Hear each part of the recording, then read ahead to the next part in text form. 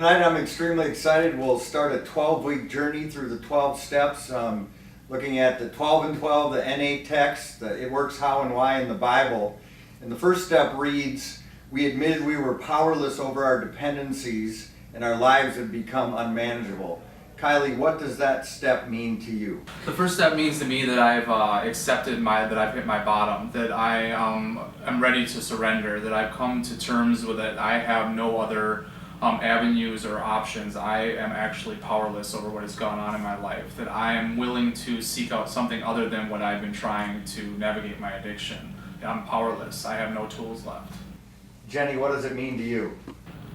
For me, the big word in that step is powerlessness. And to be powerless,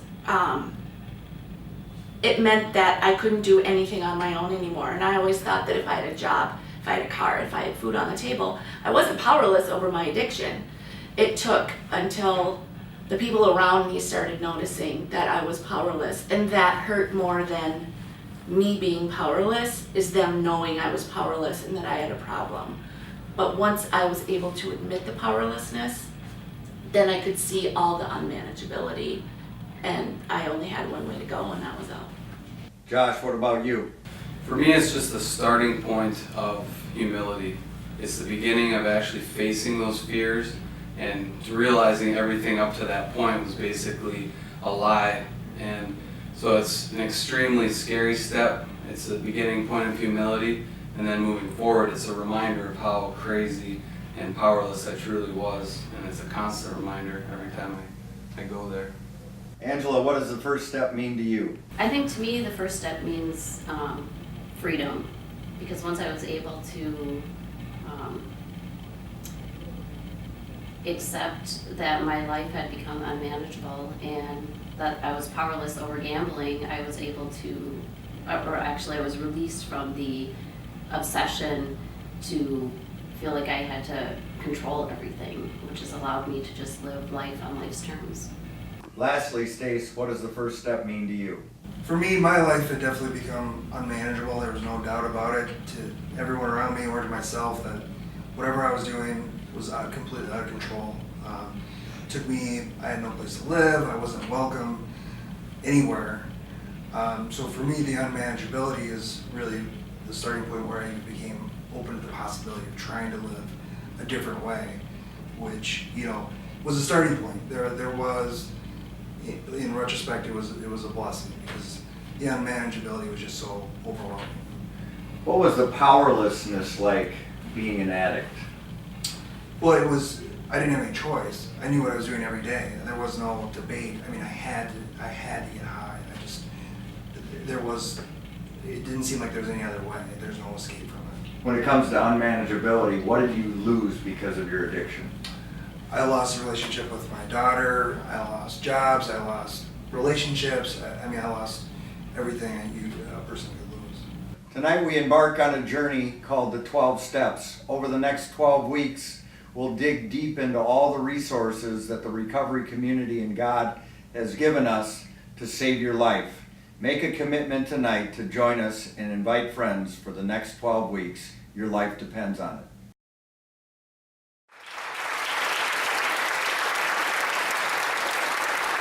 Well, we're going to have to work this first step, and I think it's very appropriate that you saw 3 examples tonight of that this program works if you work it. And the first step they will teach you in the rooms is the step that we have to work as close to perfect as possible. And for the life of me, I never understood. I had to go through 11 treatments. Why it was that I had a hard time admitting that I was powerless. Some people call it a disease. Some people call it a sin. They've asked me to do radio shows on which one is it. I don't care. I know it will kill me. I know every time I use, I'm allergic to it. I break out in handcuffs.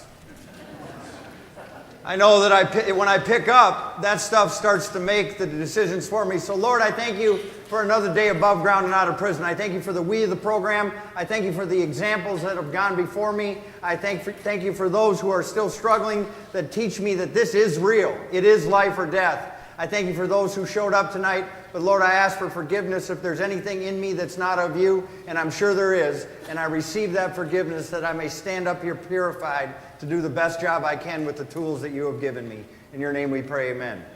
So it says, we admitted. Like Jenny said in the video, sometimes you need help to admit something. But you still have to, as an individual, admit it. I can't tell you you're an addict or an alcoholic.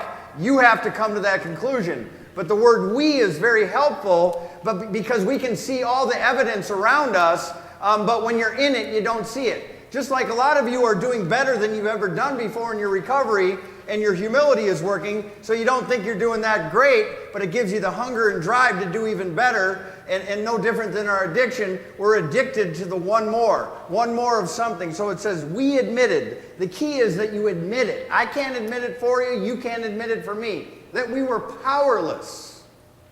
One would think by now that I would say, if I pick up, I'm powerless over what's going to happen.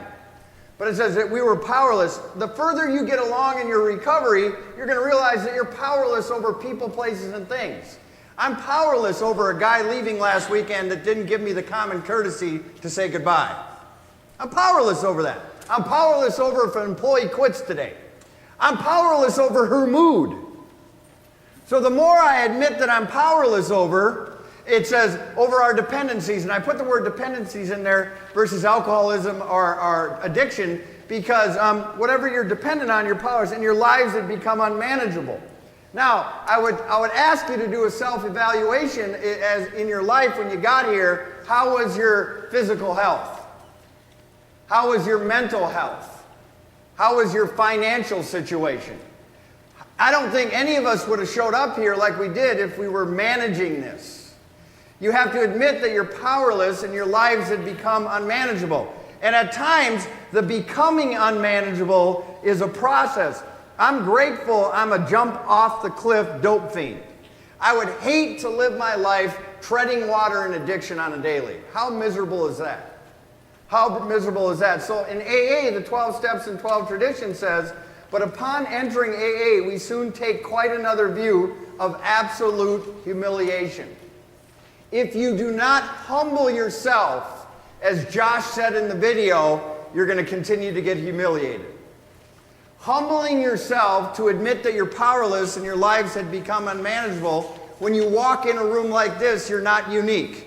We can relate. And it's much bigger than that. And it goes on to say absolute humiliation. We perceive that only through our utter defeat, you have to admit that you've been defeated in order to surrender.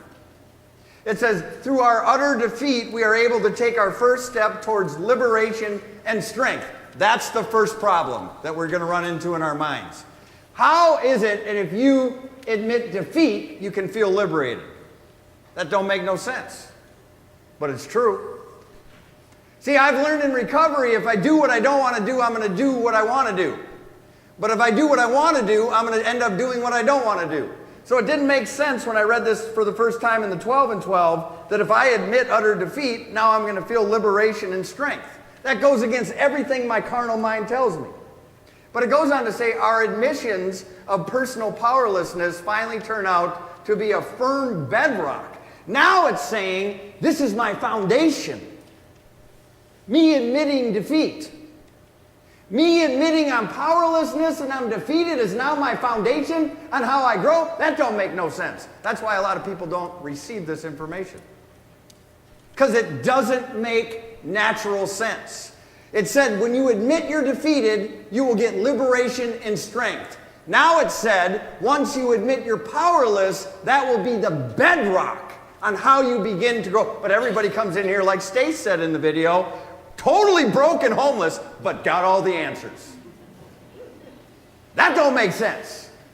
So don't worry that this doesn't make sense quite yet, because it will. God will not lose his reputation over you. This program will not lose its reputation over a guy that picked up the phone when he got out of the joint and another alcoholic answered, and here they are 15 years later. Let's give God a hand.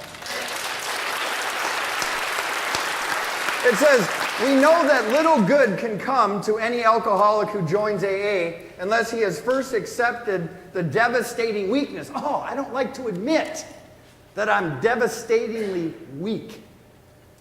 Even homeless, eating out of dumpsters, I still had a swag in my step. Makes no sense. So quit trying to figure it out. Check out what it says. Accept a devastating weakness and all of its consequences. It's like we forget what we're supposed to remember and we remember what we're supposed to forget. We forget how bad it was. We forget what it cost us. We forget how devastating it is. All we need is a new girlfriend and $100 in our pocket, and we're not powerless anymore. It don't make no sense. Check out what the book says. We had approached AA expecting to be taught self-confidence. Just teach me how to be confident. It's the opposite. Say opposite. Opposite. Say opposite. Opposite. It's the opposite of what you think it is. It says, we had approached AA expecting to be taught self-confidence. Then we had been told that so far as alcohol is concerned, self-confidence was no good whatever. In fact, it's a total liability. When you think you got it, you just missed it. Like Stace said after getting 3-year coin tonight, he doesn't have a clue. The best thing you can do is admit that you do not have a clue. You do not have a clue. And it says it's a liability to have self-confidence. Our sponsors declared that we were the victims of a mental obsession. Don't ever forget about that obsession. Stace talked about it in the video. The first thing I ever thought about in any minute of the day is getting high. Even when I was high, I thought of getting high. It's a mental obsession, it says. Check it out. It says, so subtly powerful that no amount of human willpower could break it. It was a statistical fact. Why do we think that we can break the statistics? Why do we think that this doesn't apply to us? Like Ike said, they started with 2. 15 years ago, there's 40 that show up faithfully. Because 2 men or 2 women were courageous enough to start a meeting not knowing if anybody would come. But check out what it says. It's so important to understand. It's a statistical fact that alcoholics almost never recovered. And then your mind will tell you, well, it says almost. There's still a chance that I'll recover if I rely on myself. Alcoholics almost never recovered on their own resources. You can't do this by yourself. You cannot do this by yourself. Why all the insistence that every AA must hit rock bottom first? It's the best thing that ever happened that I hit rock bottom. It's the best thing that ever happened to Stacy Joe, that she hit rock bottom. The answer is that few people would sincerely try to practice. Every day is a practice session. It's progress, not perfection, the book tells us. The AA program, unless they have hit rock bottom. Who wishes to be rigorously honest and tolerant? It's not anything we know how to do. It goes on to say, who wants to confess his faults to another and make restitution for the harm done? Who cares about a higher power, let alone meditation and prayer? Who wants to sacrifice time and energy in trying to carry AA's message to the next sufferer? None of us did. We needed to be taught how to do that. No, the average alcoholic, self-centered in the extreme, doesn't care for this prospect unless he has to do these things in order to stay alive himself. These 3 men know that their lives depend on it. Do you? I do. I know that my life depends on working a program, and it's much more than just about my life. It would have been a tragedy for me not to witness what I saw when my 18-year-old graduated high school this weekend. It goes on to say, we stand ready to do anything. See, are you willing to do anything? If you're not willing to do anything, you haven't admitted your powerlessness. Check out what it says. No, the average alcoholic, self-centered, doesn't care. And it says, we stand ready to do anything which we lift the merciless obsession from. It's in the doing of anything that you're asked to do is where the obsession to drink is removed. But not many of us are willing to do that. See, willingness is not only doing what you're willing to do. That's not willingness. Willingness is to do whatever is suggested. I don't even suggest stuff. It is like, I like Ike's way. We're straight shooters. Either you're going to do this or you don't. I ain't got time for somebody that's pondering if this is going to work or not. Look around. How many people around this room got over a year clean? Raise your hands. Evidence. Look around the room. Look around the room. Check out. Now, NA says no one could ever convince us that we're addicts. Your PO will, your ex will, the judge will, the police officer will, your banker will, your doctor will. But unless you admit it, it ain't going to work. No one can convince us that we are addicts. We didn't stumble into the fellowship brimming with love, honesty, open-mindedness, or willingness. We reached a point where we could no longer continue using because of the physical, mental, and spiritual pain. Now, if you could have, or I could have, I probably would have, if I'm being honest with you. If it was still working, I'd still be doing it. If I didn't experience physical, mental, and spiritual pain, when we were beaten, we became willing. Many of us tried to stop using by sheer willpower. How many times did you and I get up saying we're not going to get high today, not going to drink today, not going to go to the casino today, not going to look at pornography today, but did it anyway? All of us. Each and every one of us. This is bigger than you and me. That's why you cannot rely on self-reliance as the 12 and 12 taught us. This action was a temporary solution. We saw that. See, you know what breaks my heart is see people stay sober 15 days, 30 days, 60 days, fall, 30 days, fall. I mean, we all know how to do that, but we don't know how to get up and stay up. And that's because you haven't, or I haven't worked a true first step. And it says, we saw willpower alone would not work for any length of time. We are not responsible for our disease, but we are responsible for our recovery. A lot of us are afraid of responsibility. Like Stace said, I'm expected to be here. As soon as an expectation is put on us, we run. We're afraid of it. So somebody needs to teach us these things. Check this out. Until we let go of our reservation. Too many of us tonight got a chip in our pocket. I'm just going to do this for a little bit of time. You already got a master plan, secret agent on your getaway plan. See, it says, until we let go of reservations, no matter what they are, the foundation of our recovery is in danger. You know, we like danger. So I don't have a problem with the reservation because I like chaos. That doesn't work. Check out what it says. Reservations rob us. The reasons why some of you have reservations on when you're getting out of here right now. It's robbing you from this meeting. It's robbing you from this information.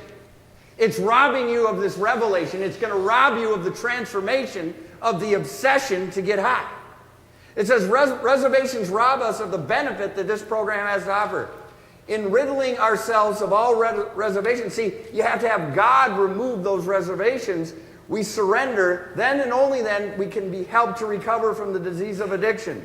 We found that we have no choice except to completely change our ways of thinking. Have you ever thought about what you're thinking about? What would be the rating of your mind? G, PG, PG-13, R, or triple X? It says we have to change the old ways of our thinking or go back to using. We give it our best, it works for us, and it has worked for others. It works if you work it. When we could no longer stand our old ways. See, it's not just about being sick and tired of being sick and tired. You have to literally be sick of yourself. You got to be sick of me.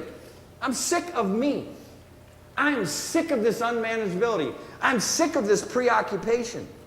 And it says, we no longer stand our old ways, we begin to change. We become willing to do whatever is, there it is again, whatever is necessary. So many of us are not doing that right now.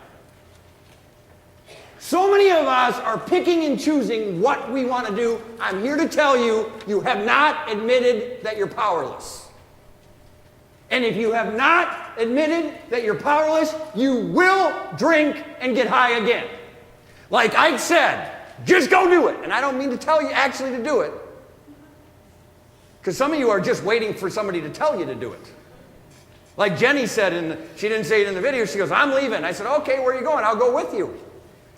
Sometimes if somebody, you say, I really want to go do heroin tonight. Oh, go do it. Then you don't want to do it anymore because somebody agreed with you. That's unmanageable. It's unmanageable. Check this out. Whatever is necessary. I've been doing whatever is necessary for many, many years to stay clean. Even the things we don't like doing. I don't like being honest. I don't like being open-minded. I don't like those things, but I had to be taught those things. I had to unlearn some things before I learned some things.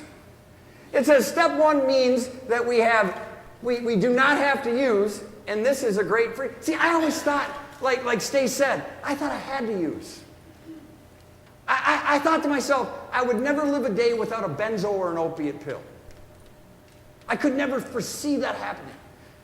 Or a drink, or whatever it was. It took a while for some of us to realize that our lives had become unmanageable. For others, the unmanageability of their lives is the only thing that was clear. But a lot of times it's clear to everybody but ourselves. It says, we knew in our heart that drugs had the power to change us into something we didn't want to be. Think about how powerful alcohol is. What do they teach us in treatment? Cunning, baffling, and powerful. Drugs changed me, and alcohol changed me into a person I didn't want to be. No matter what my willpower said.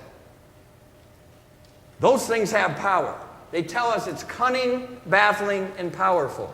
When we admit our powerlessness and our inability to manage our own lives, we open the door for the power greater than ourselves to help us.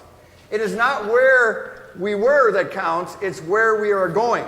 We may even have vowed to stop using altogether at a certain point. We have told ourselves that we would never do the things we watched other addicts do. Your first treatment. Oh my God, they did what? I'll never do that. You did every one of those things and more. I'll never be homeless. I'll never shoot. I'm going to manage this. I'll only drink on the weekends. How many of you said in a treatment center or a jail that you'll never end up like the person next to you and ended up like them and worse? Raise your hand. It's the truth. And if you're not raising your hand, you're a liar.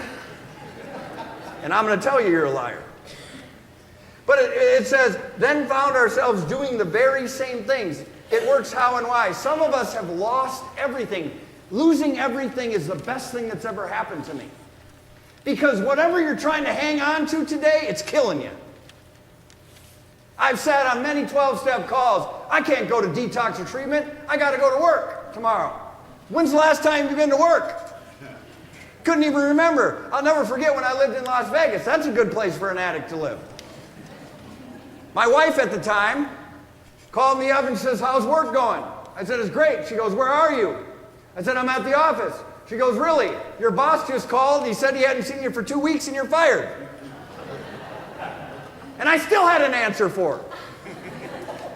See, I'm grateful I lost everything. Our homes. I lost my home. I lost my family. I lost my job. I lost my self-respect. I lost it all. If you're hanging on to something tonight, it's time to let it go. Because if you're hanging on to something, God can't give you anything with closed fists. If you let it go, then you can receive what God has for you. Too many of us are hanging on to relationships and old ideas and old ways of thinking. It says, whatever our individual circumstances, our lives have been governed by obsessive, compulsive, self-seeking behavior, and the end result was unmanageability.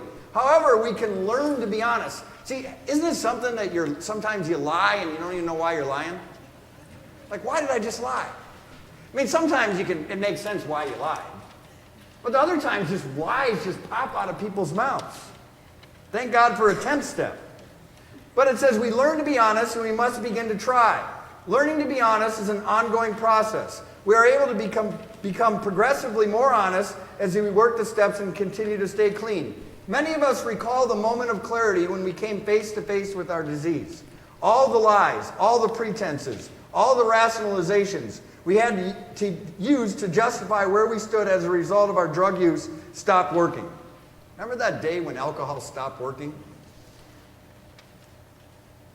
Methamphetamine stopped working. Cocaine stopped working. Heroin stopped working. I thought the dope was just bad in the town. So I went to another town. But it didn't work there either. Because wherever I go, there I am.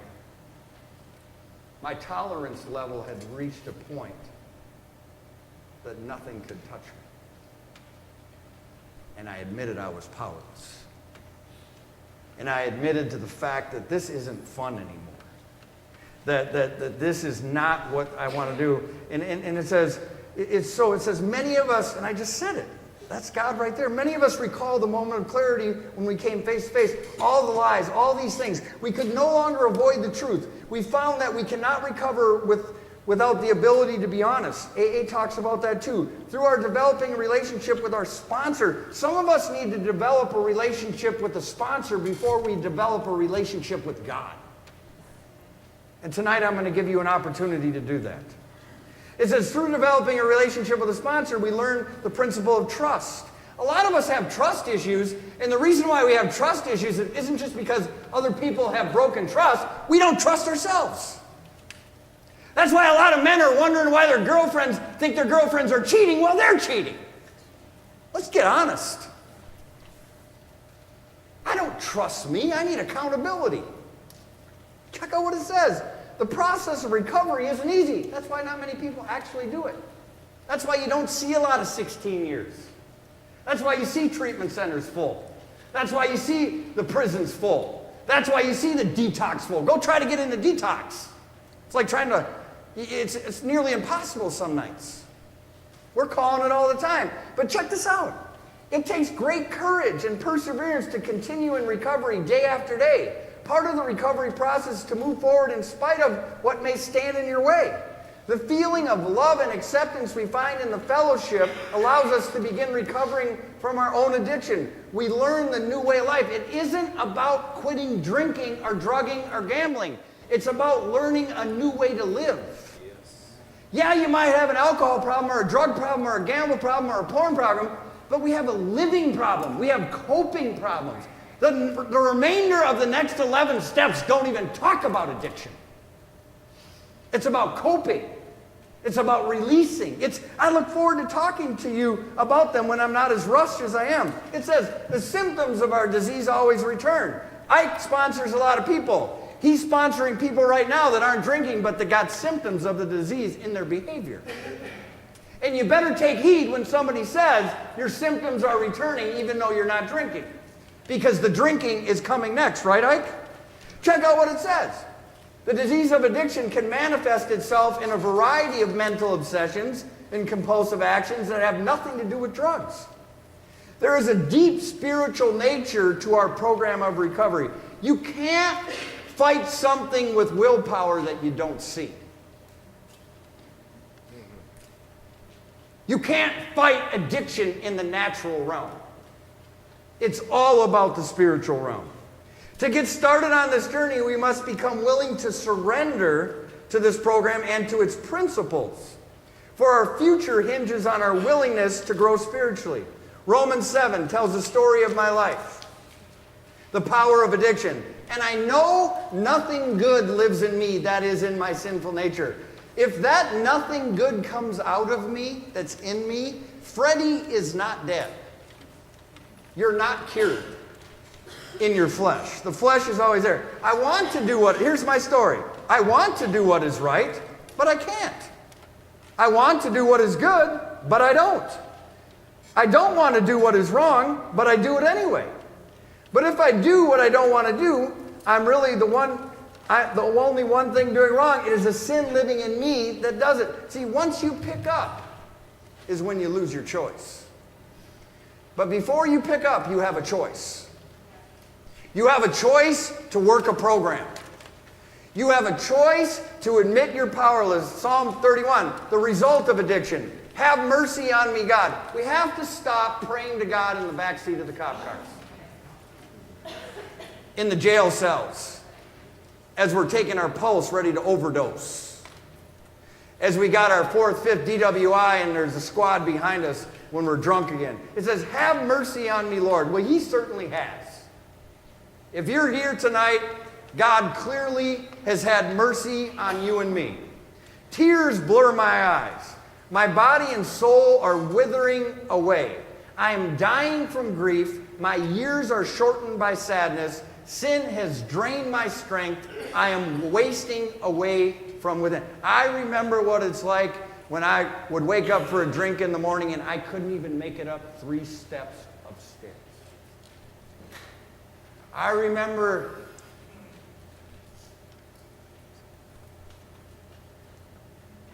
having to go like this and then having the person with me at the time grab the thing. I remember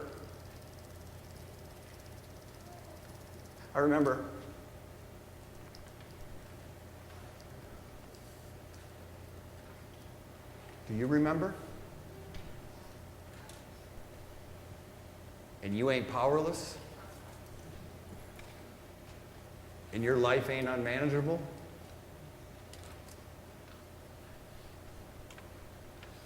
I'm done. God bless you.